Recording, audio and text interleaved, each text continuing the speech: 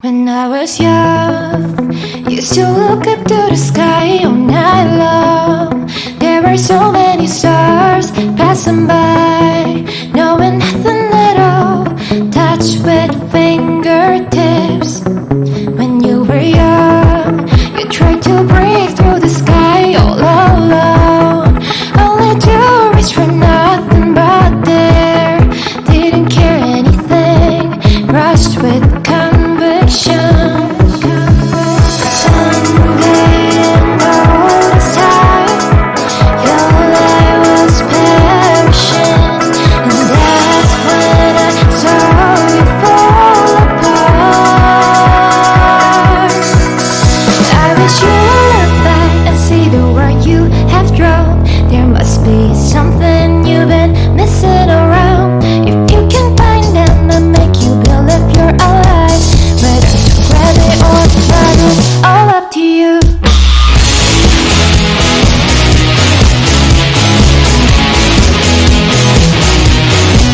All up to you.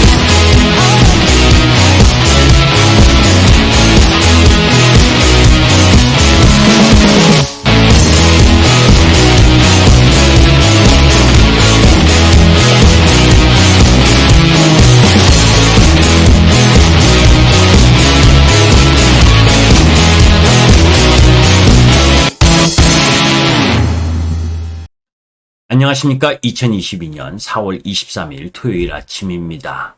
미국 시장이 내려왔죠. 다우지수와 나스닥 2.5% 이상 급락하는 모습을 보여주면서 또 주말 마음 편하지 않는 마음. 이걸 하다 보면 이렇게 그죠? 우리 개별 기업들의 실적 흐름도 중요하지만 글로벌 전체적인 시장 그 속에서 미국 시장이 올라가면 좀 마음이 편하고 떨어지면 마음이 불편한, 특히 주말을 맞아서 기분이 나쁜, 우울한 이런 흐름들을 갖는 분들도 계시고, 또 나름 시장보다 더 강한 종목 부분, 그것을 매도한 분들은 또 밑에서 다시 살 수 있는 기회의 흐름으로 보는 경우도 있고, 참 주식을 많이 보유하고 있는데 주가가 떨어지면 속상하고, 또 반대로 주식을 많이 매도해서 현금을 많이 가지고 있는데 주가가 올라가면 머리 아프죠. 그건 역시. 자, 왜 미국 시장이 이렇게 어려운 상황을 진행하고 있느냐 하는 부분. 제일 먼저는 긴축이죠. 그리고 전쟁 리스크 이 부분을 통해서 원자재 가격 상승 이런 흐름들이 진행되면서 기업들의 1사분기 실적 부분이 부진할 수 있다라고 하는 부분. 그래서 넷플릭스가 실적 발표하고 35% 급락하고 또 개별 기업들의 실적에 따라서 명암이 엇갈리는 흐름들을 보여주고 있잖아요. 그래서 제가 1월 달에도 2월이죠. 한 달 동안 병원 치료 받으면서 영상을 올리지 못했었던 그 타이밍에서도 여러분들께 말씀드렸었던 거 기억하실 겁니다. 곳곳에 암초가 있을 수가 있고, 그리고 개별 기업들, 특히 가격 전가를 제대로 하고 있지 못하는 기업들 부분에 있어서는 1사분기 실적 쇼크가 나올 가능성도 크기 때문에 종목을 압축해야 된다라는 말씀도 많이 드렸습니다. 자, 그런 가운데 다음 주 주요 경제 지표와 또 실적 발표 이런 부분들을 또 우리가 알고 매를 맞든 아니면 벌을 쓰든 아니면 그것을 기회로 활용하든 그런 흐름들을 가져야 될 거 아니에요. 그것에 대해서 여러분들과 함께 공부하는 시간을 갖도록 하겠습니다. 자, 미국 시장 다우지수를 보게 되면 다우지수도 2.8%, 금요일도 역시 하락을 하는 모습을 보여줬고, 나스닥 그리고 S&P 500 목요일이나 금요일이나 차트 모양은 비슷해요. 시초가 시작하고 계속 줄줄줄 새는 흐름을 보여줬고, 그 속에서 대부분의 기술주 할 거 없이 전 섹터가 다 하락했다고 보시면 됩니다. 전광판을 보니까 시뻘겋죠, 그죠? 시뻘겋다는 건 대부분의 섹터가 다 하락을 했다는 거죠. 사실 목요일 날 파월 의장이 그 IMF 연차 총회에서 인플레이션을 길들이기가 반드시 필요하다. 그러면서 기준금리를 0.5bp 인상할 가능성이 높다라는 뉘앙스의 빅스텝 언급을 했고, 이 빅스텝이 한 번이 아니라 여러 번 진행될 가능성이 높다라고 했는데,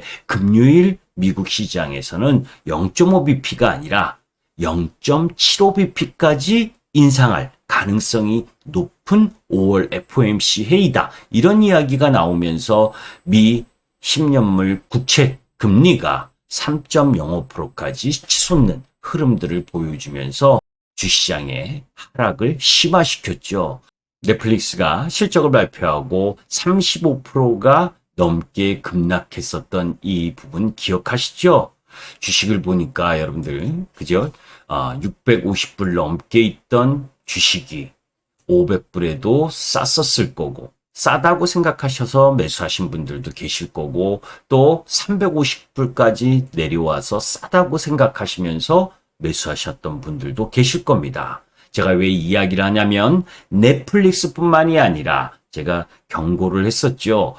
미국 시장에서 비대면 관련주라는 게 집에서, 이 코로나 때문에 집에서 활동을 하면서 이 플랫폼을 이용해서 게임을 하든지 영화를 보든지 드라마를 보든지 이런 비대면 관련 섹터들의 급락이 나타났다. 많이 빠졌다고 매수하면 힘들다라고 이야기를 했었잖아요. 실적 발표 나오면서 또 급락을 해버렸습니다.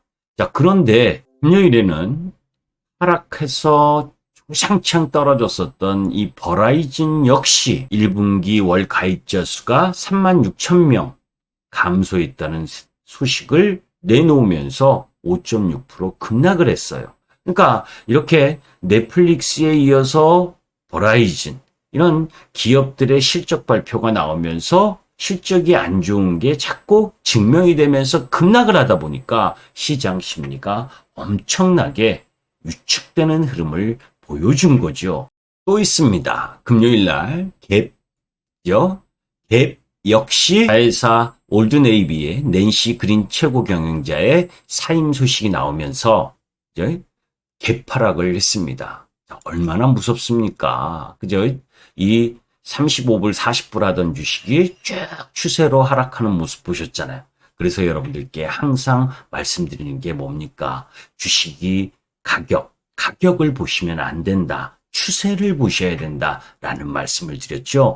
많이 빠졌다고 주가가 많이 빠진 부분을 잘못 매수하면 지하실 밑에 양떨어지가 있다는 것도 여러분들이 아셔야 됩니다.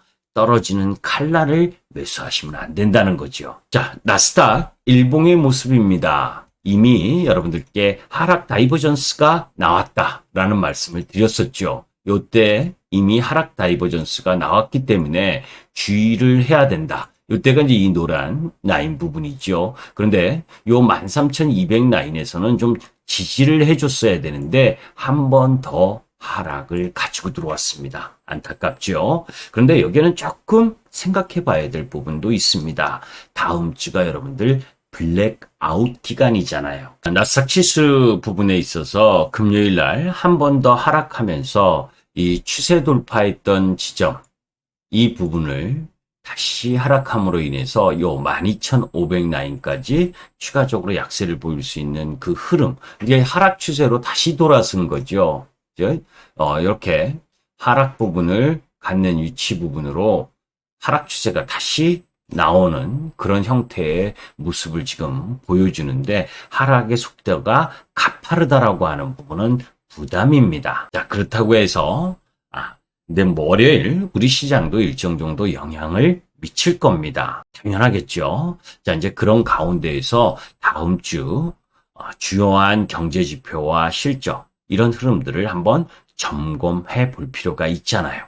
5월 FOMC 회의에서 0.5bp를 인상할 거냐, 0.75bp를 인상할 것이냐 하는 그 막연한 두려움. 그런데 실제적인 가능성, 이런 부분들 때문에 먼저 선행적으로 매를 맞은 시장이기 때문에 시장 지수의 움직임보다는 섹터, 그죠? 그 섹터 내에서 미국의 어느 뭐 넷플릭스 실적이 안 좋아서 급락을 하니까 우리 시장의 컨텐츠 쪽 급락을 하고 또 그 상황에서 뭐에 성장 섹터들의 부분들 그 성장 섹터들이라고 하는 부분은 멀티플을 많이 줬었던 비대면 관련 섹터들 그쪽 부분이 급락을 했잖아요. 게임이나 플랫폼 그리고 전자결제 관련 섹터 부분들 그죠? 그런 부분들의 급락 흐름 부분들이 나오듯이 또 테슬라가 실적이 양호하니까 시장에 대비해서 우리 뭐 2차 전지 소재 쪽은 그래도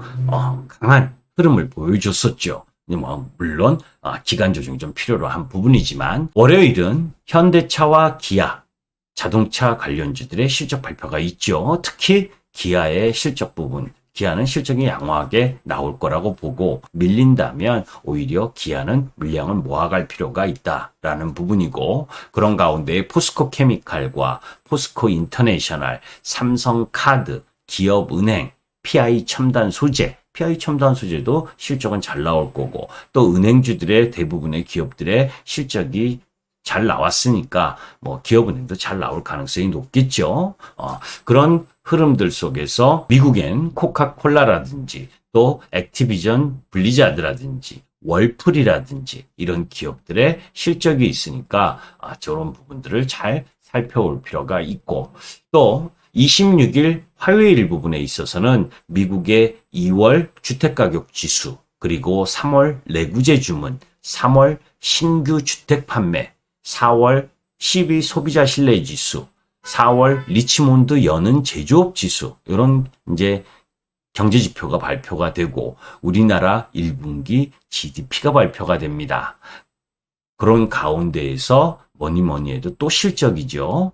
현대제철과 삼성 엔지니어링의 실적 발표가 있고 미국에서는 GE라든지 3M이라든지 펩시코, 알파벳 텍사스 인스트루먼트 이런 굵직한 기업들의 실적이 발표가 되잖아요. 그러니까 이런 기업들과 연관된 섹터의 종목을 갖고 계신 분들은 예의주시해서 봐야죠. 실적이 좋은 거면 다행인데 좋게 나와도 2, 4분기에 대한 부담을 느끼면 오히려 주가는 또 하락할 수 있다는 것도 염두에 두시고 반대로 1, 4분기 실적이 안 좋은데 미리 선행적으로 충분히 하락했다면 오히려 이제 저점을 만들 가능성도 있다는 걸 염두에 두고 접근을 해야 할 필요가 있는 거죠. 27일 수요일 부분에 있어서는 중요한 날입니다. 뭐 경제지표 쪽 부분에 있어서는 BOJ의 통화정책 회의가 있고 미국의 3월 도매재고, 3월 잠정주택 판매, 그리고 한국의 4월 소비자 심리 지수 발표가 있습니다. 이제 그런 상황 속에서 뭐니 해도 미국 시장에서 마이크로소프트와 알파벳 이 실적 발표가 중요하겠죠. 물론 또 제너럴 모터스라든지 T모바일이라든지 비자 이 실적 발표가 본격적으로 실적으로 들어가니까 좀 우리나라 기업들도 SK 하이닉스, SK 아이테크놀로지, LG 화학, LG 디스플레이, LG 이노텍, 삼성전기, 삼성물산, 삼성바이오로직스, 현대 두산인프라코아 상당히 많은 기업들이 실적을 발표를 합니다. 그러니까 그 개별 기업들의 실적 발표 이 부분 속에서 주가의 반응이 어떠한지 항상 여러분들은 여러분들의 기업을 관련 기업의 실적 예상치 이 부분을 체크를 해 놓으셨다가 실적이 발표되는 타이밍에서 그것보다 실적이 양호하게 나오는지 안 좋게 나오는지 좋게 나오면 뭐예요? 밀려도 버틸 수가 있잖아요. 시장에 의해서 밀려도 실적이 양호하고 앞으로도 좋아질 가능성이 있다면 버틸 수가 있는데 주가가 떨어지고 있는데 예상보다 실적이 못 나오는 흐름을 보여줬다.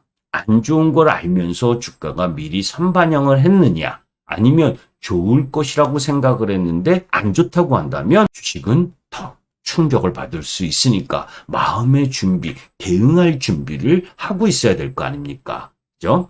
또 28일로 들어가게 되면 목요일 부분에 있어서 미국의 1분기 GDP가 발표가 되죠. 그리고 한국의 4월 기업 경기 실사지수라든지 EU의 4월 경기 기대지수, 4월 소비자 기대지수, 뭐 독일의 4월 물가지수, 소비자 물가지수도 발표가 되고 여러 가지 지표가 발표되는 상황 속에서 그래도 실적으로 또 관심이 이어지게 됩니다.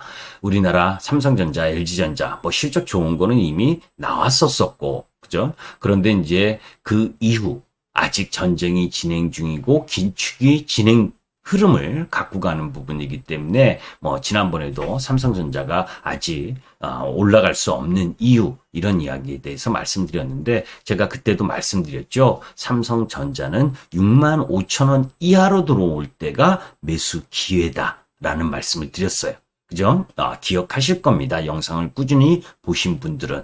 그런 가운데에서 하나솔루션이나 OCI, 이 태양광 업체의 실적 발표가 있고 미국에서는 캐터필라, 도미노 피자, 뭐 맥도날드, 마스터카드, 애플, 아마존, 그리고 길리어드 사이언스. 그러니까 애플이 이제 그 실적 발표가 애플은 이제 목요일 장 마감 후 이쪽 부분에서 실적을 발표해서 우리나라의 실적 발표하는 그 영향 흐름으로는 금요일 부분에 실적 발표를 하거든요. 미국은 장 개시 전 실적 발표를 하기도 하고 또 장 마감 후 실적 발표를 하는데 그 개별 기업들 부분에 있어서는 좀 제가 뭐 미국 전문가는 아니니까 이 나름 이렇게 표시된 이 자료는 하나투자증권 자료인데 요 애플과 아마존을 금요일이라고 이야기를 했는데 금요일 날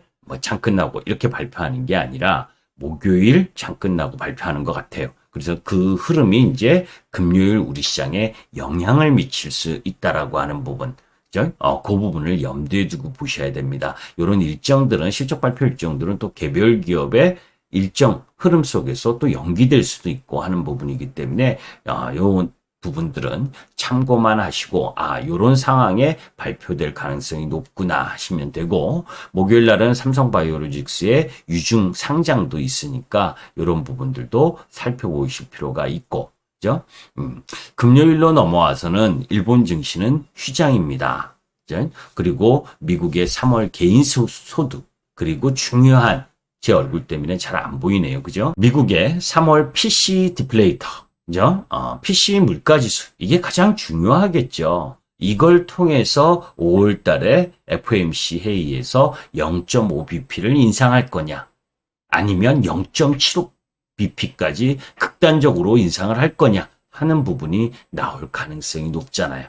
그러니까 그 가운데에서 또 중국의 4월 차이신 제조 PMI 뭐 이런 부분들이 놓여져 있고 그리고 한국에서는 SK이노베이션과 SK바이오사이언스 그리고 아프리카 TV, 한화생명, LS 일렉트릭 뭐 이런 한국 기업들의 실적 발표 미국 기업에서는 엑슨모빌, 쉐브론, 허니엘, 에브비, 아스트라제네카 이런 기업들의 실적 발표가 있으니까 이런 부분들도 살펴볼 필요가 있는 겁니다. 그런데 뭐니 해도 이런 경제지표 흐름들로 보게 되면 지난주 그러니까 이번 주 부분에 목요일 금요일 미국 시장이 급락을 했기 때문에 우리 시장이 월요일까지는 지수 충격을 크게 받을 거고 그런 가운데 미국 시장은 단기 급락 이 부분들 속에서 나름대로 주초에 반등을 도모하겠지만 그죠? 또 목금 쪽으로 가면 이 미국의 3월 PCE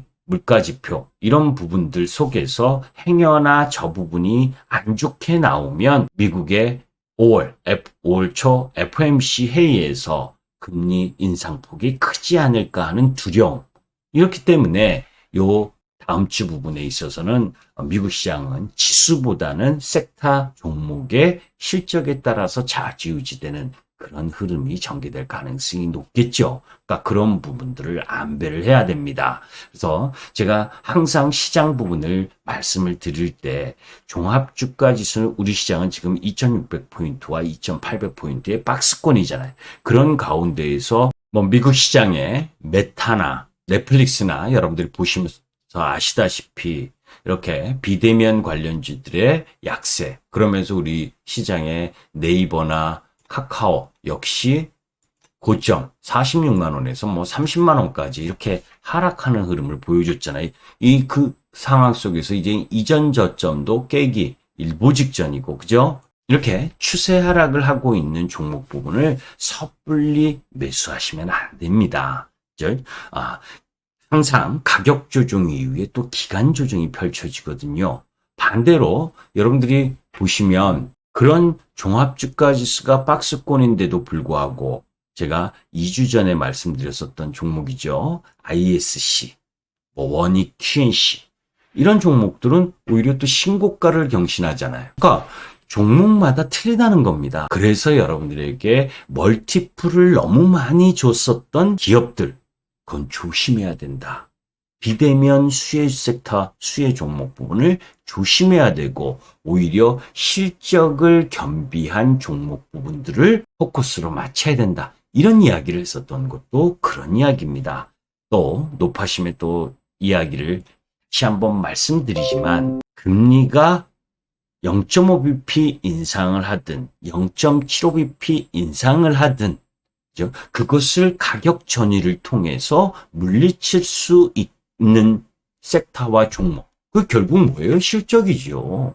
눈에 보이는 실적. 빨리 5년, 10년 이후에 더 큰 성장을 한다가 아니라 지금 실적과 다음 분기 실적, 그 다음 분기 실적, 여기에 지금 포커스가 맞춰져 있다는 거예요. 그 큰 그림이 뭐예요? 지금은 전쟁이라는 인플레이션, 에그플레이션 포함해서, 그죠? 그러니까 자원 섹터라든지 그쪽 라인 부분이 그나마 나은 거고, 그런 와중에 정말 실적이 있느냐 없느냐, 산업이 성장을 해서 다음 분기에도 이 어려운 난국을 헤쳐나갈 수 있는 섹터 종목이냐, 이게 중요한 거죠. 그런 종목은 뭡니까? 미국 시장의 지수 하락에 매수의 기회가 될 수 있다는 것도 여러분들이 염두에 두셔야 돼요. 월요일 날 개파락을 할 때, 그죠? 어떤 섹터와 종목을 매수할 것이냐, 그것을 주말에 공부해야 되는 겁니다. 아셨죠? 다음 주에 뵙도록 하겠습니다. 감사합니다. 김기수였습니다.